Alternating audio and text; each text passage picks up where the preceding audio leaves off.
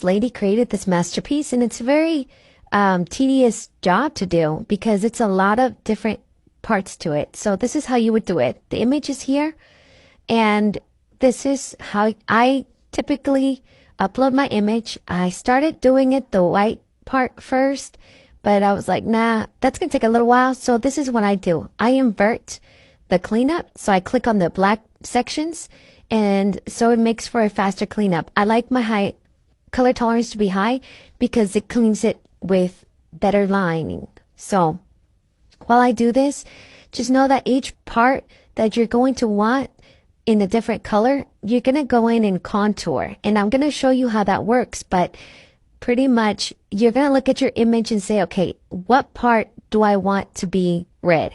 And then you take everything else out and leave only the parts you want red. Then you say, what part do I want blue, or whatever color you're using, right? So this is how that will go. Once it loads, it's going to load inverted. So just click on your image and go to actions and contour at the end. Click on the square and then it's gone. All right. So you have clean slate. I like to keep one just as is until I'm finished. What the other video shows is the black, all just black outline, and you can do that and achieve it at the very end. But I like to keep it so I can see a visual. So here I'm removing everything. First thing I'm going to work on is going to be the helmet. So I'm removing the arms, everything that, every single line in the football, everything.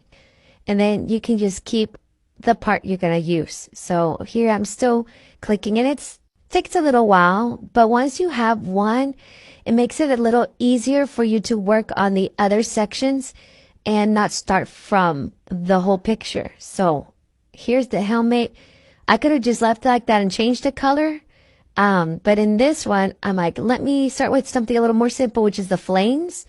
And so if you wanted the flames to be red, for example, you reactivate them, if that's a word to use here, but you click on them so that they come back to the front, and then you hide everything else. And so I'm clicking everything in that helmet. I'm telling you, gonna be tedious, but the results you saw are beautiful. Now, once that's done, and I have two more little dots, you can change that color to this. So I'm gonna do red just for something bright. Do not resize. I accidentally did that. Keep everything the same integrity of the sizing so it makes it easier for you to layer. All right, so now the helmet. I'm going to just remove everything except the top lines, kind of just to give it an abstract look, right?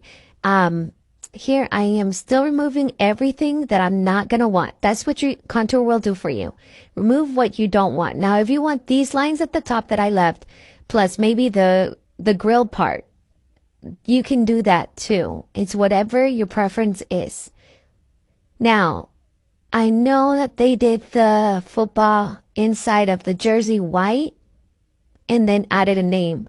All you have to do is go to font, add the name, and then that will be another layer on there. So if you see here, I did a yellow. My school colors were blue and gold. So just for the visual, and it stayed behind, so I had to come and bring it back up. Okay, so now let's say the helmet itself is going to be blue. I'm going to start adding everything back in because I would have the outside of the helmet.